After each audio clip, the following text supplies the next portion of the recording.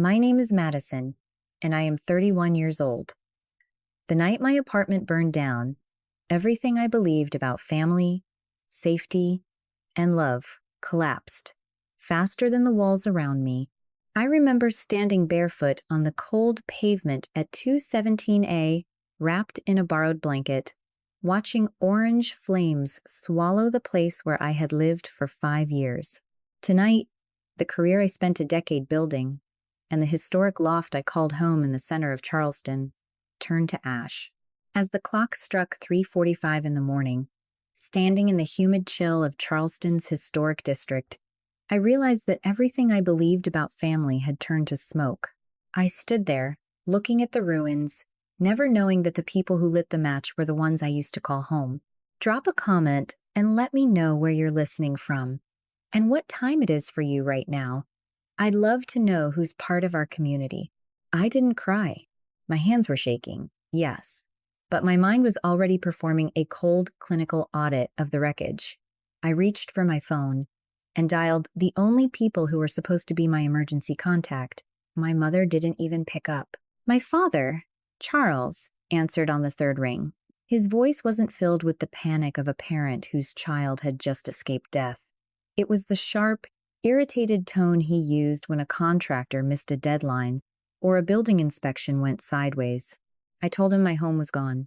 I told him I was standing in the street, with nothing but a borrowed blanket and the smell of smoke clawing at my throat. There was a silence on the line so heavy, it felt like lead. Then, he spoke. Not our problem, Madison. You should have been more careful with your wiring. You were always too careless for that neighborhood. Then, he hung up. The dial tone sounded like a door slamming in my face. When I called my mother back 5 minutes later, she simply laughed and told me their guest room was being renovated. I knew it was a lie. I had been there 2 weeks ago. The truth was simpler. The silk-wrapped facade of their high society life didn't have room for a messy, barefoot tragedy. I walked away from the flashing sirens and found a corner in a 24-hour diner. The air inside smelled like stale coffee and old grease, a sharp contrast to the acrid scent of my life burning blocks away. I didn't call the fire investigator, Nathan, yet. I knew his shift wouldn't start for hours, but I didn't wait to act. I opened my laptop and pulled up my internal security logs and the digital footprint of my sanctuary. I looked at the entry history for the digital lock. At 2:11 a.m., someone had entered using a guest code I had never revoked because I didn't think I had to. It was my parents' code. Sitting there in the clinical blue light of the screen, I felt a strange sense of clarity. For years, I had been the silent investor in their version of family. I had played the role of the dutiful daughter, accepting their conditional affection like a high-interest loan I could never fully repay. I realized then that my silence hadn't been peace. It was a prison without bars. I had spent my life walking on eggshells, believing that if I were quiet enough, I would eventually be worth their love. That was the survivor's invisible chain, the belief that your existence is an inconvenience you must constantly apologize for. But that chain snapped the moment the flames hit the ceiling. By 4:13 a.m., the email was sent to Nathan's official inbox. I didn't send a plea for help. I sent a technical report. I attached the time-stamped entry logs and noted the specific use of the backup access code. I didn't ask for a favor. I provided a blueprint for a criminal investigation. I rubbed my eyes, trying to summon a single tear of regret, but there was only accounting. My compassion had been a luxury they had overdrafted for decades, and tonight, I was finally closing the account. This wasn't a breakdown. It was a balance sheet. I leaned my head against the cold window of the diner, watching the rain wash the soot from the sidewalk. To the outside world, Charles and Kimberly were the gold standard of Charleston heritage. They lived in a sprawling ancestral estate that had been in our family for 3 generations. But heritage has a high maintenance cost, and for the last 5 years, I had been the one quietly footing the bill. I looked at my digital banking history, the numbers scrolling past like a list of crimes. $180,000. That was the total I had transferred to cover the delinquent property taxes they had conveniently forgotten to mention. I had used every cent of my freelance income as an architectural illustrator to keep that facade from crumbling. I wasn't just their daughter. I was the silent partner in a failing business called the Henderson name. They never thanked me. In their minds, my contributions weren't generosity. They were repayments. This was the trap of normalizing cruelty. They had spent decades convincing me that my only value was my utility. Every time I paid a tax bill or a repair invoice, they treated it as if I were finally settling a debt I had incurred just by existing. They didn't see a daughter helping her parents. They saw a resource being harvested. My father would walk through the estate, pointing out the crown molding and the marble floors, speaking of legacy and honor, while the money in his pocket was actually mine. They had effectively outsourced the cost of their social status to me, while still reserving the right to treat me like a disappointment whenever I wasn't useful. The breaking point didn't happen tonight. It happened 3 weeks ago, in the very loft that is now a skeleton of charcoal. My father had shown up unannounced, his presence like a dark cloud in my sunlit studio. He didn't ask how my latest project was going. He didn't notice the awards on my shelf. He sat at my drafting table and told me he needed $12,500 for a temporary cash flow issue regarding the estate's landscaping. I knew what that meant. He wanted my final safety net to pay for a hedge maze and a socialite's ego. For the first time in my life, I looked him in the eye and said no. I told him I was done being his private bank. The look on his face wasn't hurt. It was the calculated fury of an owner whose property had just refused an order. He didn't argue. He just stood up, smoothed his expensive wool coat, and said that if I couldn't appreciate the family that had provided for me, I shouldn't be surprised when that family stopped providing a safety net.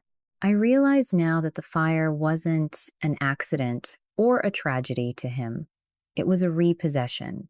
Since he couldn't have my savings, he decided I wouldn't have my sanctuary either. He had inspected my loft and found the only thing he cared about, a way to burn down my independence. I closed my eyes and realized my parents didn't want a relationship. They wanted a subordinate. And since I had stopped paying the subscription fee for their love, they had decided to cancel my life. Kimberly arrived while I was still wearing a borrowed sweatshirt that was 2 sizes too big. She stepped into my friend's living room, a cloud of expensive perfume clashing with the faint, lingering scent of charcoal that seemed to have bonded to my skin. She didn't bring a suitcase of my old clothes, or even a home-cooked meal. She brought a manila folder. I watched her manicured fingers tap on the edge of the coffee table, her eyes scanning the room with the same distaste she'd shown when I first told her I wanted to be an artist. She opened the folder and slid a document toward me. It was a formal assignment of rights for the insurance claim on my loft, $250,000. She told me that the family trust was under immense pressure and that this fire was actually a blessing in disguise. She called it an opportunity to consolidate our resources and move me back into the estate where I belonged. She said the money would be used to stabilize the Henderson legacy. In her world, my tragedy was just a financial asset to be liquidated for their benefit. I looked at her, really looked at her, and saw the power illusion of the empty wallet. To the socialites in Charleston, my mother was the epitome of grace and wealth. But I knew the truth behind the silk scarves and the antique jewelry. Their status was a house of cards, built on a foundation of unpaid debts and my invisible labor. They were drowning, and they saw my survival as their life raft. They didn't love me. They loved the $250,000 windfall they saw in my ashes. This is the reality of narcissistic injury. When the source of their status stops providing, the parent stops pretending to care. When I told her no, the mask didn't just slip, it shattered. The sweetness in her voice vanished, replaced by a cold, clinical venom. She told me I was being ungrateful, and that I had always been the difficult one. She said if I wanted to act like a stranger, she would treat me like one. I didn't respond. I just watched her walk out, her heels clicking against the floor like a countdown. I didn't have to wait long to see what she meant by treatment. By that evening, the smear campaign had begun in the digital town square. I sat on the couch and watched the notifications roll in from the Charleston Heritage Facebook group. My mother had posted a long, sorrowful update about the tragedy of my mental health. She didn't name the fire directly, but she implied that I had been unstable for months. She hinted that my obsession with independence had led to a negligent incident that destroyed a piece of the city's history. She was painting me as the arsonist of my own life, to ensure that when the truth came out, nobody would believe me. It was a calculated move to devalue my character before I could devalue their bank account. I didn't get angry. I didn't feel the need to defend myself. I just added a screenshot of the post to the evidence folder I was building for Nathan. I didn't fight her in the comments. I didn't engage with the digital mob she was trying to incite. Instead, I sat in a law office on East Bay Street, the air smelling of old paper and cold, hard logic. I wasn't there for a reconciliation. I was there for an extraction. I watched my attorney draft a notice of revocation of trust access with the precision of a surgeon.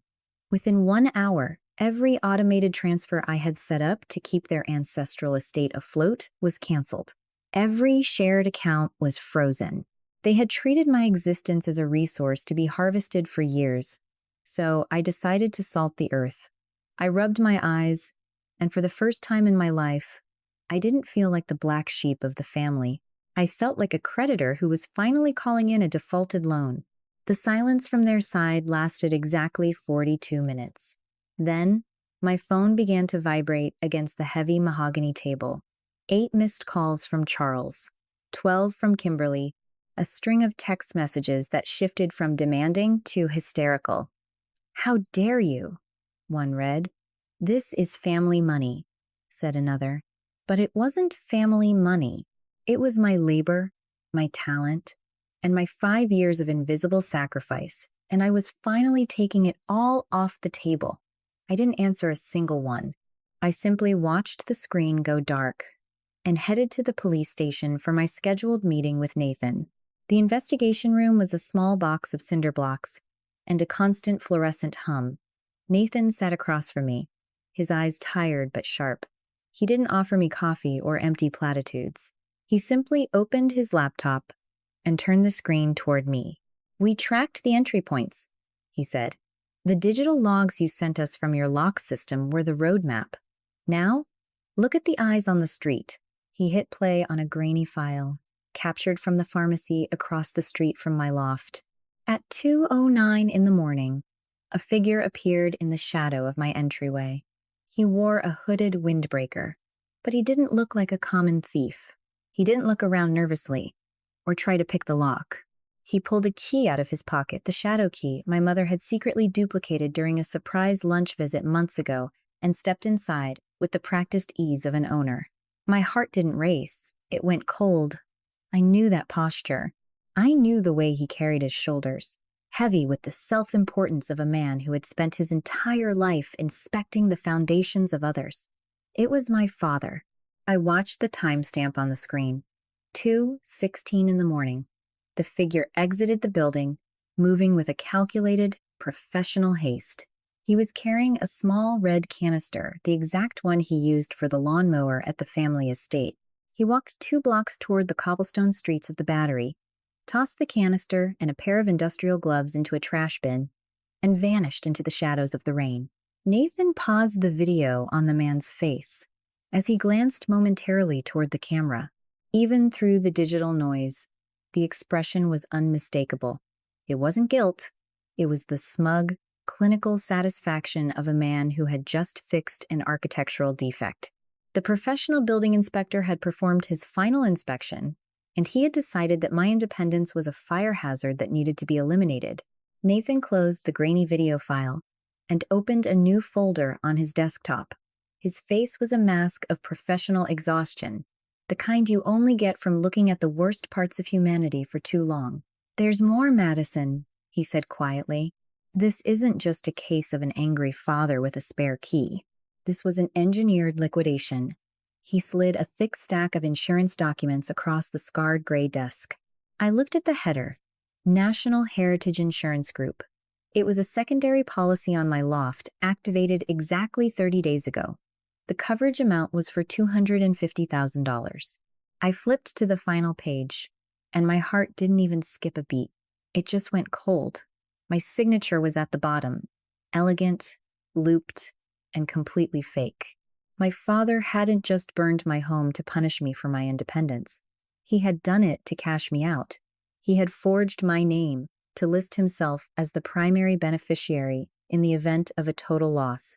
I sat there in the hum of the fluorescent lights, realizing that this was the regret of the silent watchman. I had been a sentry for his secrets for years, watching him manipulate people and fudge inspection reports, hoping that my silence was the currency that would buy his love. I had seen the red flags, but I chose to interpret them as the quirks of a hard man. I had waited for a deadline that didn't exist, believing that if I was useful enough, the man who once held me on his shoulders at the park would eventually return. But he hadn't. He had used that time to map out my vulnerabilities like a structural defect. He used his expertise as a building inspector, Nathan continued, pointing to a diagram of my loft's ventilation system. He placed the accelerant in the specific areas where the draft would pull the flames through the historic timber framing. He didn't just light a match. He performed a professional demolition. I stared at the forged loops of my name. It was a masterpiece of betrayal. He had spent his career looking for flaws in foundations, and when he found one in his own life, his mounting six-figure liabilities, he decided to use me as the sacrificial firebreak. This wasn't a family dispute anymore. It was an attempted murder for a $250,000 payout. I handed the folder back to Nathan with hands that were finally steady. The invisible pillar was gone. I was no longer footing the bill for their survival. Charge him, I said. My voice was clinical, an accounting of a life that was no longer his to inspect. The confrontation at the station didn't happen in a dramatic courtroom or under the shadow of the family estate. It happened in the same sterile, gray room where Nathan had first shown me the footage. Charles and Kimberly arrived dressed for a gala, not a booking. My mother wore a silk scarf and a coat that cost more than most people's monthly rent. My father carried the same air of unshakable authority that had kept me in my place for 31 years. They looked at the officers with a mixture of boredom and indignation, convinced that their name alone was a shield that could never be pierced. They didn't see me sitting in the corner until the door clicked shut. My father didn't even flinch. He just sighed, looking at Nathan, and asked how much longer this misunderstanding was going to take. He told Nathan that he had a dinner engagement at the club, and that Madison, his troubled daughter, had clearly wasted enough of the city's resources with her negligence. He was still trying to sell the narrative that I was the arsonist of my own life. Nathan didn't argue. He just slid the manila folder across the table, the one containing the secondary insurance policy, with the forged loops of my name.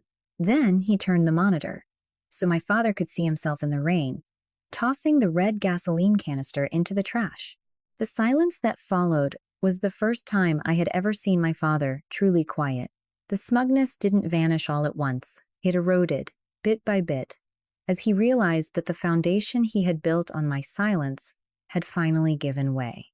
"You don't understand," he finally barked, his voice cracking for the first time. "I did what I had to do to save this family's legacy. I wasn't going to let 3 generations of heritage go under, because you decided to be selfish with your savings. That loft was an investment, Madison. You owe me that payout. You owe me everything." I stood up slowly. I didn't yell. I didn't scream about the years of property taxes I'd paid, or the massive fortune I'd bled into their failing facade.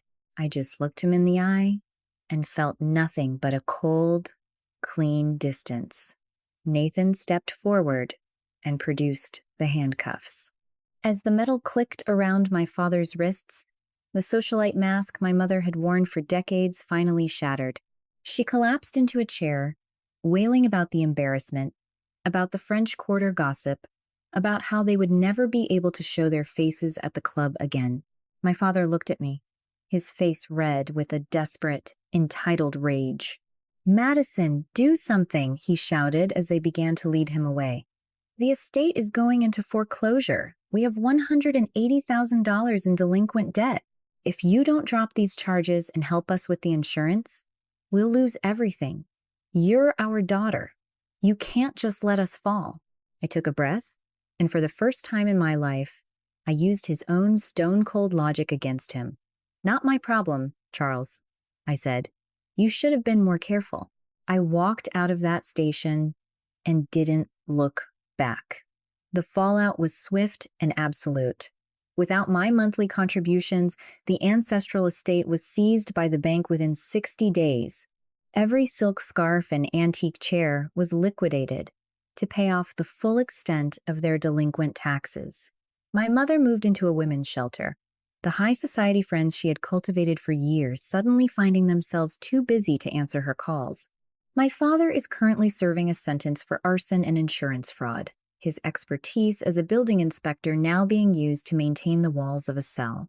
As for me, I am in a new place now. It's a modest studio, far from the shadows of my old life, but it's mine. I don't have spare keys anymore. I have a biometric lock that only recognizes my thumbprint. I deleted the old spreadsheets. I archived the emails. I closed the account of my compassion that they had spent my entire life overdrafting. If you're listening to this, and you've ever been told your pain isn't valid, or that your survival is not their problem, I want you to remember this. Fire is a terrifying thing. It destroys, it scars, and it takes everything you thought you needed. But fire also exposes. It burns away the drywall and the wallpaper until you can finally see the rot in the framing. My parents tried to erase my independence to punish me for becoming my own person. And in doing so, they lost the only thing that was actually keeping them upright. You are the architect of your own future.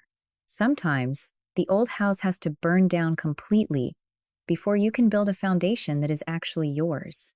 Sometimes, the people who hurt you the most are the ones who taught you exactly how strong you are. If this story moved you, or if it reminded you that justice can come in the most unexpected ways, make sure you like and subscribe to True Revenge Glory, because sometimes a fire is the only way to see what's really hidden behind the walls.